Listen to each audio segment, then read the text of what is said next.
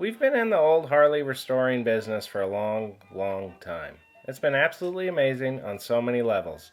I love the bikes, the challenges, and most of all, the huge variety of people we have gotten to meet and work with. Knuckleheads and panheads have literally shrunken the world and allowed us to meet people from every walk of life and every level of bike enthusiast. From guys with one project to guys that have 300 bikes. They all share a common thread, and that is the love of old motorcycles. We're on our third year of this YouTube channel, and it has added a new element to our business. It's been a lot of fun to share bikes we've built with you guys, and we've also made some new friends and customers.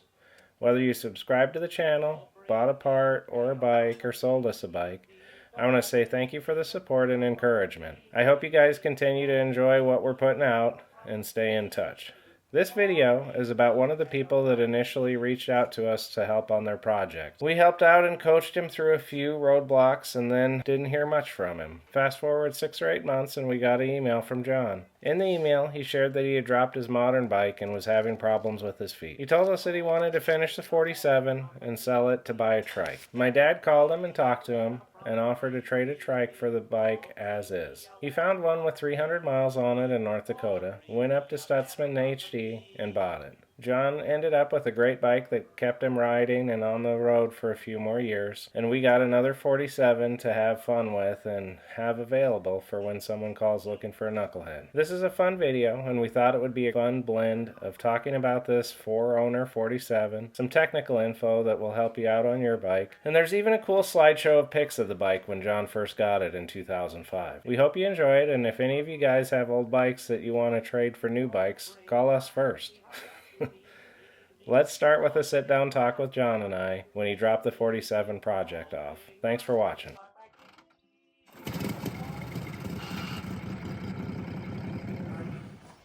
Here we are with a 47 FL that we just did a trade on to get from you. You got something you needed and we got something we needed, and I just want to talk about the bike and how you found it, what you know about it. You told me some great stories, and it just seems special to get them recorded. So, in 1992, we moved out to Manteno, Illinois. okay. And in getting settled and organized, one of the local guys, a neighbor, come by, and he says, asked what I was doing, and I said, oh, I'm kind of busy. He goes, come out, we're gonna take a ride. So we're touring the back roads in Will County. And he goes up to this road, and we go down the road, and there's combines and tractors on either side. There's a bunch of old, back then I was in my 40s. There was a bunch of old guys out there in their 60s, 70s. And he said, oh, you gotta meet Bob Goodwin. He's got an old Harley. He's got a bunch of them. I said, really? So we stop over, and he introduces me to these gentlemen. Yeah. I'm talking to him, and I had a Harley shirt on. So Bob says, he says, oh, you got a Harley, do you? I said, oh, yeah. I said, I heard you got a few. He goes, oh, I do. So he says, ever up this way, stop by. Cool. So you got the invite. Yes. Ooh. So about a year goes by, and I was on the Road King. And I go past the road, and I look, I said, hell, I got to check the old guy out, so I do. So I rode up, and then I got in the driveway, and I honked the horn in case there were dogs. It's a farm. Yeah. So I honked the horn, and he comes out from behind me in the barn and goes, hey, he goes, that sure is a beauty. I said, well, thank you. He said, come on in, I'll buy you a cup of coffee. So we go in the house, we're sitting down, and his wife Jean was there. So we're sitting and talking, and he pulls out these photo albums. Okay. And he starts showing me these old steam tractors, and he shows all the stuff they had back in the day. And he said, he says, yeah, you know, we didn't have paved roads back then. He said, we didn't even have gravel, it was all dirt. Wow. So I'm like, okay, show me the bike, show me the bikes. Yeah, you kind of talk about everything but the bike. Yeah, right. So we're talking, and he says, you know, in the summertime, he goes, us boys, we get the crops in the spring, and in the summertime we have some free time. Yeah. He said, so me and a couple friends, Howie Hyde and Len Supernaut, all three World War II vets. Mm-hmm. He said, we got together, we decided we're going down to the Florida Keys. I said, that sounded like fun. So I said, well, how was the Keys? He goes, oh, we went down there. We were Keys for a week. We had a good time. He said, but then we put the bikes and went to Cuba. Well, Goodwin's family had plantation in Cuba. Oh, wow. So we had a reason to go down. Okay. So they put a bike on a barge, and they went to Cuba, and I said, man, you are talking the old days, you know? 'Cause Yeah, you're talking pre-59. right. So we're sitting there, and he says, yeah, we rode all over Cuba. We had a great time. And he's looking for his wife, and he goes, let me tell you about those Cuban girls. I said, no kidding, buddy, you know? So, but anyway, we finished the conversation up, and I asked him, I said, because he never showed me any of the bikes. Yeah. I said, you ever interested in selling one of those bikes? No, I'd never sell one. I said, okay, my honor and yours, you know? Yeah. So I don't know, a few years go by, and I was talking to the guy that introduced me to Bob. And I said, how's Bob doing? Because it was on my mind. Yeah. He said, John, Bob's dead. Ah. So well, you know my next question. He goes, they were all stolen. And he had like 6, 7 bikes. ULH, he had a trike, he had all kinds of stuff. Okay. So knowing that the neighbor is kind of a BSer a little bit, Yeah. I was out for a ride, and I happened to go by there again. This time there was a mobile home in the front that his son and his wife had. Okay. Okay. So I pull up in the driveway, I honk the horn again, and a lady comes out from behind me out of the mobile home, and I told her the story about meeting Bob and that. She goes, yeah, that's Bob, all right, you know. And I said, whatever happened? Any bikes left? She goes, oh yeah. I said, which one's left? She goes, the red one. I said, that doesn't do me any good. She said, hang on, I'll get you a picture. Yeah. So she went in and she got a picture of Bob, probably in '74, because that was the license plate. I just gave your dad a CD disc. Okay. And the license plate on it was '74. So I'm going to assume it was around that time because he Yeah. was still running it. And it's Bob sitting on the bike, and then his son is sitting up against a Studebaker Lark. Yeah. So I decided to ask her. I said, somebody, what are you doing with this? You going to sell it? She goes, well, it's in safe storage right now. Okay. He said, Gene has ads in the paper. Oh. And she's looking to get rid of it. Okay. So that was music to my ears, except. Gene was his wife. Yes. Okay.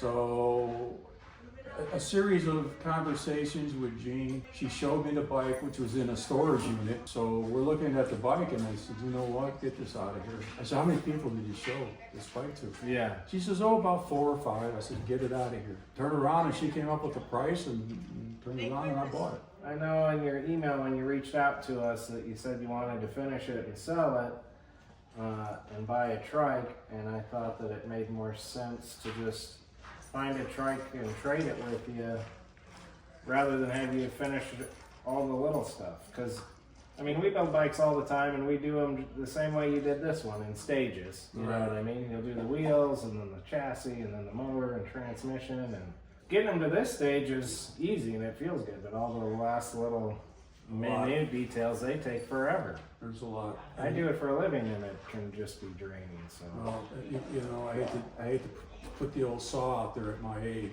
Yeah. But I get up and it's just enough to try to get stuff done. You know. Yeah, yeah. Well, we'll get it back together. My dad and I aren't sure if we're gonna paint it red or leave it the way it is, or we'll figure it out. Your bike? Yeah, Just figure it let out. me know when it's on YouTube. We'll stay in touch. Yeah, totally. Yeah, definitely.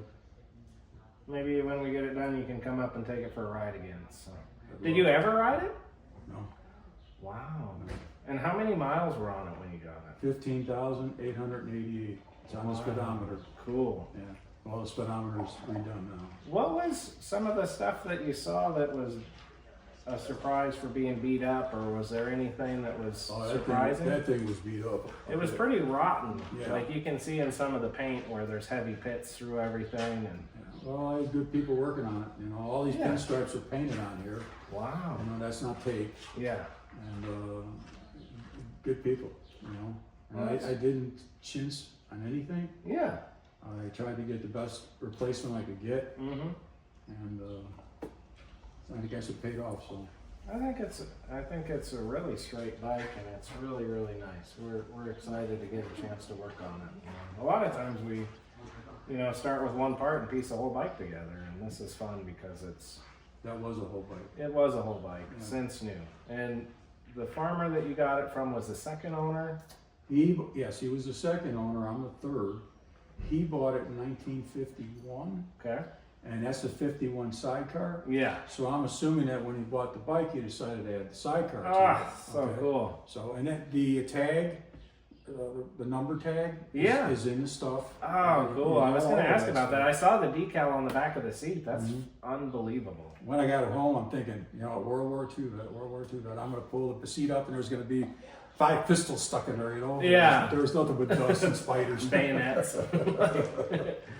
The little belt buckles that shoot bullets. Yeah, right. Yeah, no, it's so cool. Thank you for working with us, and I mean, I think everybody won in this situation. It was really good. Thank you for making me feel so good. Yeah, You guys are family. yeah, it's so cool, man. I love 47s. Thank you for reaching out. I'm happy. You're happy. It's a win. So, and I don't know what the serial number is on our 47. Ours is in a late frame too. There's like 3 different versions of these frames. There's no serial numbers on that frame. No, not until 1970. But they had different forgings for here. They had different tabs here. They had different welds down here. This is... Yeah, it's never been chopped or none of. Oh, no, absolutely. This is right in the range for when they switched to the last... You know, there's sub-genres of these necks, but I just consider them all late 47 necks. Right. Early ones had the bull neck. That red 47 I showed you earlier is a bull neck, and then our 47 is a late one. I love the bars. My son's 49 has the same bars on it. They're so comfortable, especially for a sidecar. Yeah, you need a different way of getting into it. And that's what, I guess that was his answer to it, was to change the bars out instead of the neck. I like this more than Flanders. I think it looks better, it feels better. What type of bike were you riding when you met him?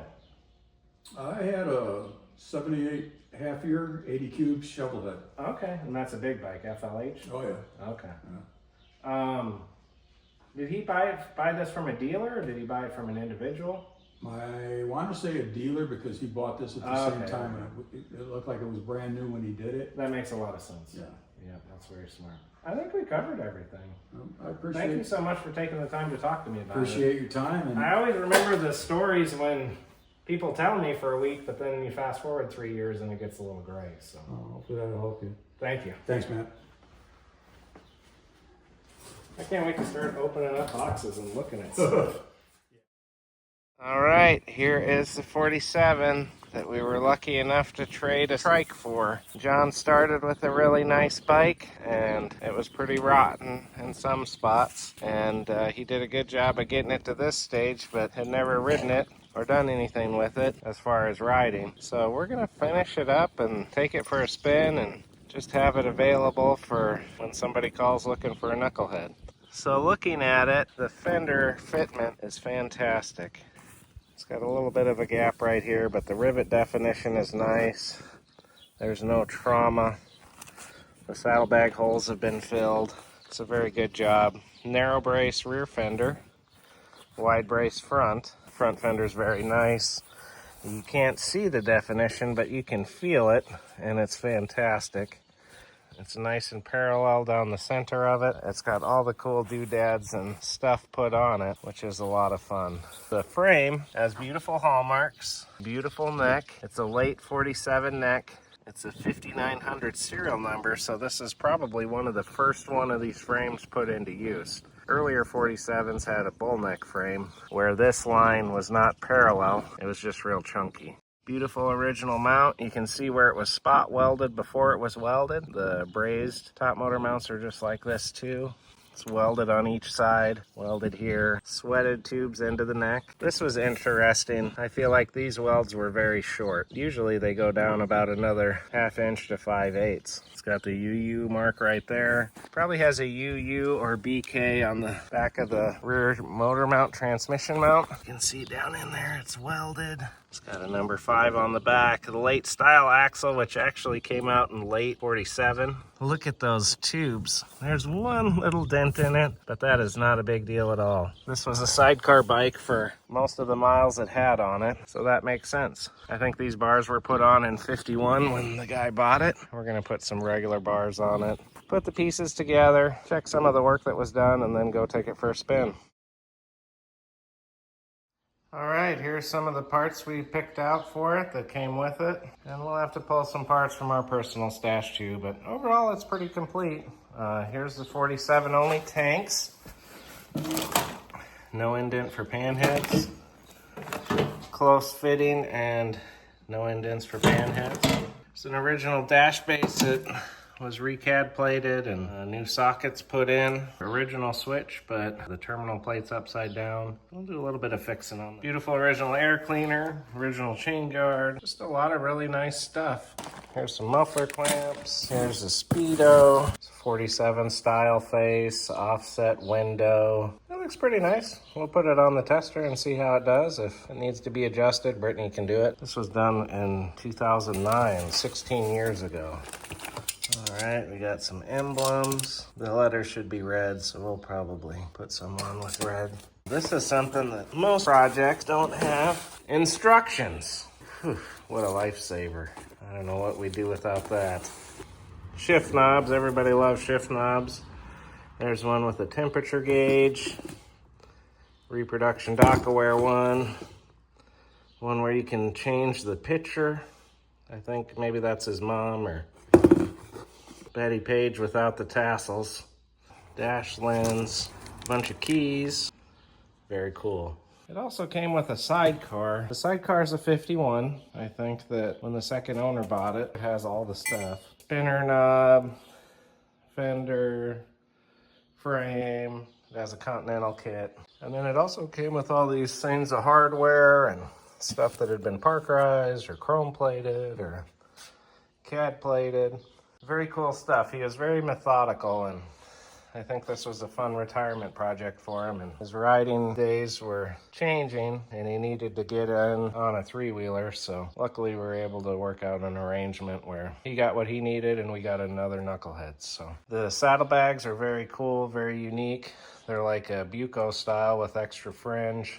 The seat's very cool. We're not really buddy seat people, and because the saddlebags are so specialized and the fenders are already painted, we're gonna leave those off and maybe put them on something else down the road. Or put them on the bike, I don't really know the answer. So one of the biggest projects that we have to do is get this brake drum splash ring to fit over the brake backing plate. And this is a very common thing. And Grandpa, what are you gonna do? First of all, I'm going to take the wheel off, and then I'm going to fool around with the splash shield, relieve it. And I have a regular hub that's all together, and I'll get the spacer in the hub and put everything together. And then once I get it to spin, I'll put the wheel back in and we'll be ready to go. All right. Usually when you put a new sprocket on these, what happens is they accidentally hit the splash ring. And see how it's hitting right here? And you turn it a little bit and it clears. So what we're gonna have to do is we're gonna have to go around here so it's all got a gap all the way around when everything's tightened up. But they don't even have the Spacer. The hollow axle's kind of goofy too. Oh, we'll sort it all out. Yeah. They've replaced the sprocket, use the old dust spring actually, new rivets, and as is common when you're peening these rivets over, you can push this dust ring out of place. So I have a tool that I bolt in through the wheel hub and put it in the lathe, and then I indicate it in, and I take a little metal off it. It's spinning pretty good. Perfect. I'd call that a win. So now we can put the wheel back in with the hub. While that was off, we tightened everything up. Yep. On the inside. Wires were already ran, put the battery flags in. So yeah, sneaking up on it. Got the exhaust fit. Haven't had to break out the instructions yet. Not yet. It's not over though. It's just a matter of time. The brake drum bolts onto here. It's bigger here than here. So it's a little universal for different types of hubs. And you clamp this in the forge of the lathe, and then you put it in neutral. You put an indicator on here and get it so it's, I got it within 10 thousandths. That was very easy. That's carpenter tolerances. Yeah. But I just cut a little bit more out of it. It's racing clearance. Racing clearance. Okay. Cool. Here's the rear brake backing plate with the brake shoes on it. This spring, you should always have the open end of the hooks facing outside because this will barely rub on the little offset on the brake drum. I'm getting this as close to the backing plate as possible. So that way we're going to flip this around and bring it in from the other side. This has already had relined brakes on it. They took the paint off of here because the sprocket dust ring was rubbing on it.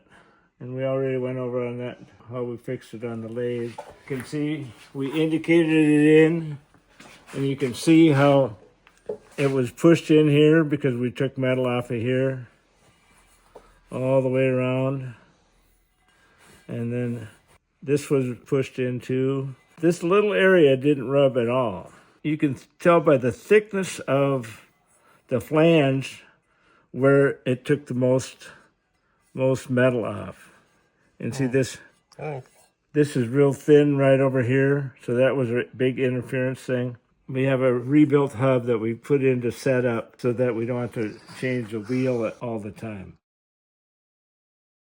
The brake surface is really good. It's nice and smooth. No gouging. Yeah.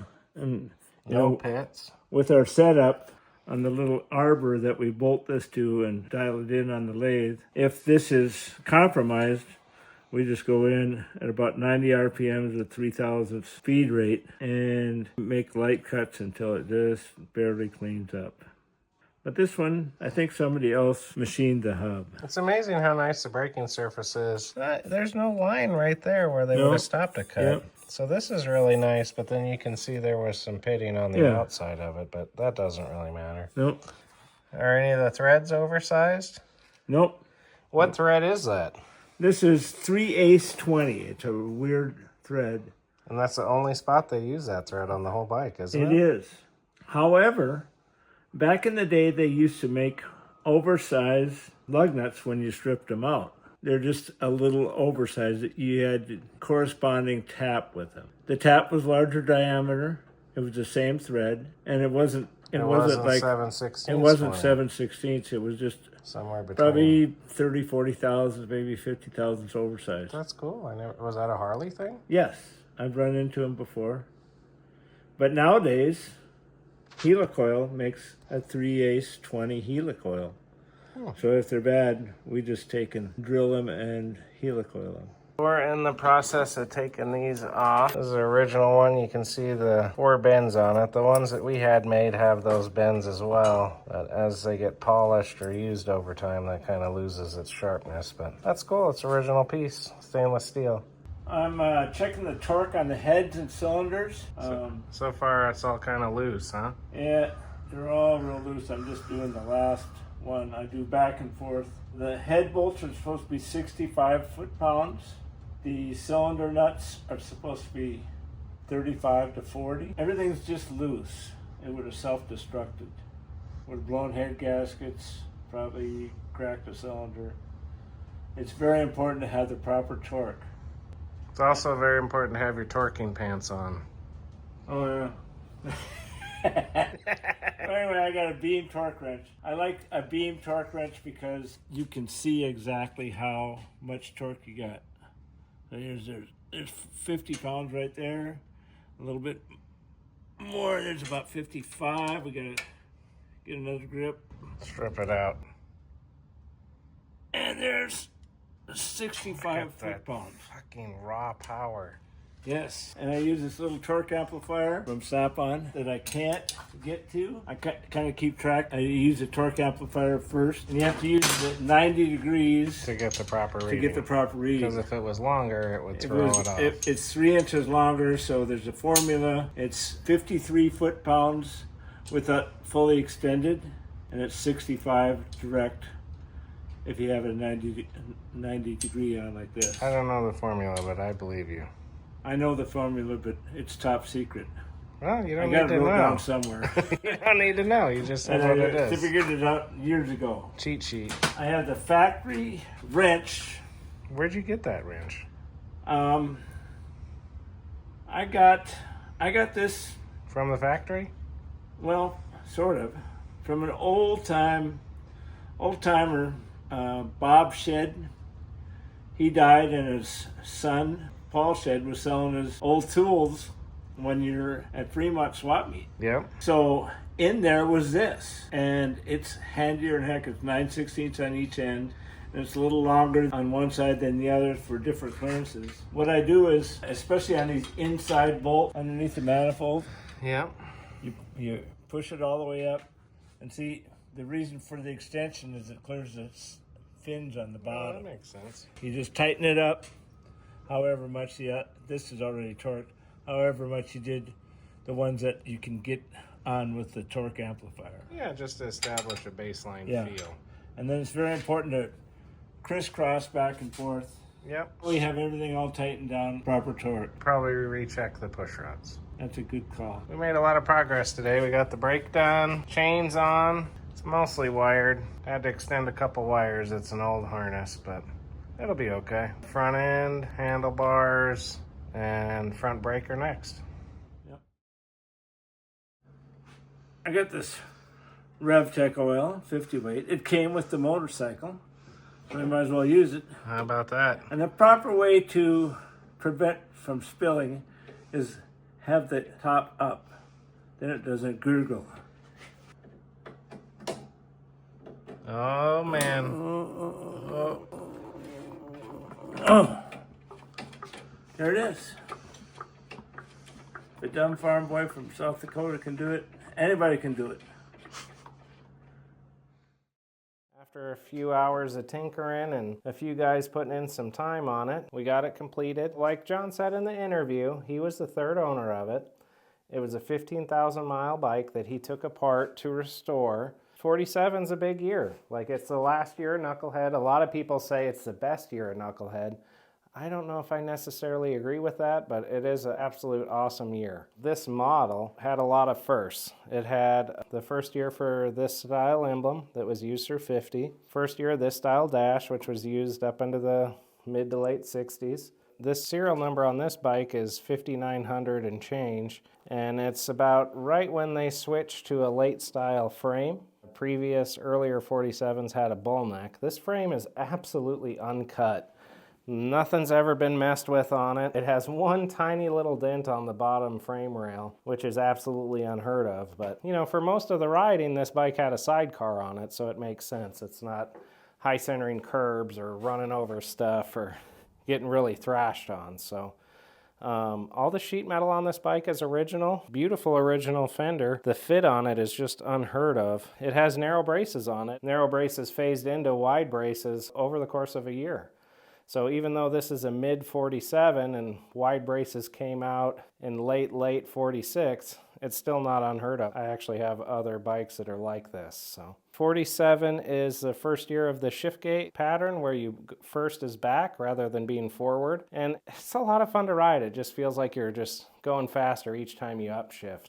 The gas tanks are absolutely perfect. They're the early 47 style. The front fender is perfect. Nice rivet definition. It's got the extra trim on the front that was on it in the picture in 1974. One thing that's kind of uncommon, but it makes sense, is that it has a ride control on it. Most 47s and 46s had shocks on them, but I think if you had a sidecar, a lot of guys like the extra adjustability. So the bike still has metal floorboard mats. This is a carryover from wartime production. They must have just made more than they could use. It's pretty cool. It's a nice, honest bike. There's a ton of great parts on it. No broken fins on the cylinders. Jim Long did the motor and transmission on it, and he did a great job. I mean, the thing runs great. No problems with the intake seals, no problems with the carburetor.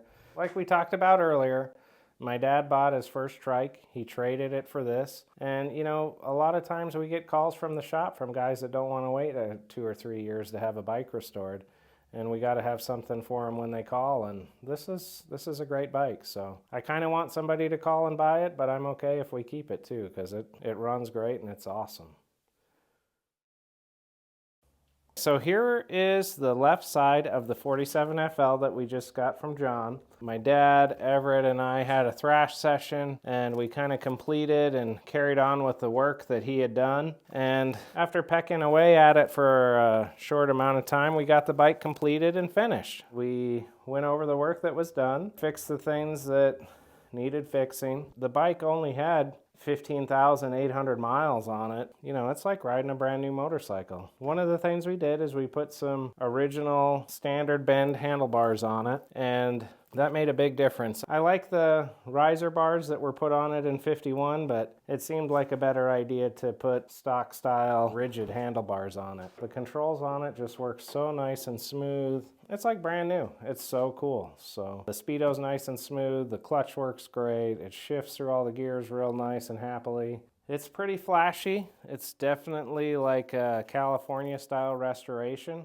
But the fit and finish on it is really nice, and it's a beautiful bike. When we first made the trade with John, we weren't sure if we were gonna paint it red and go full resto on it or just put it together and finish it and enjoy it, and I'm kind of glad we did this. He told me that the striping was done by hand. It'd be easy to go red on it, but I like the blue and white. I wouldn't have picked these colors, but I really enjoy them.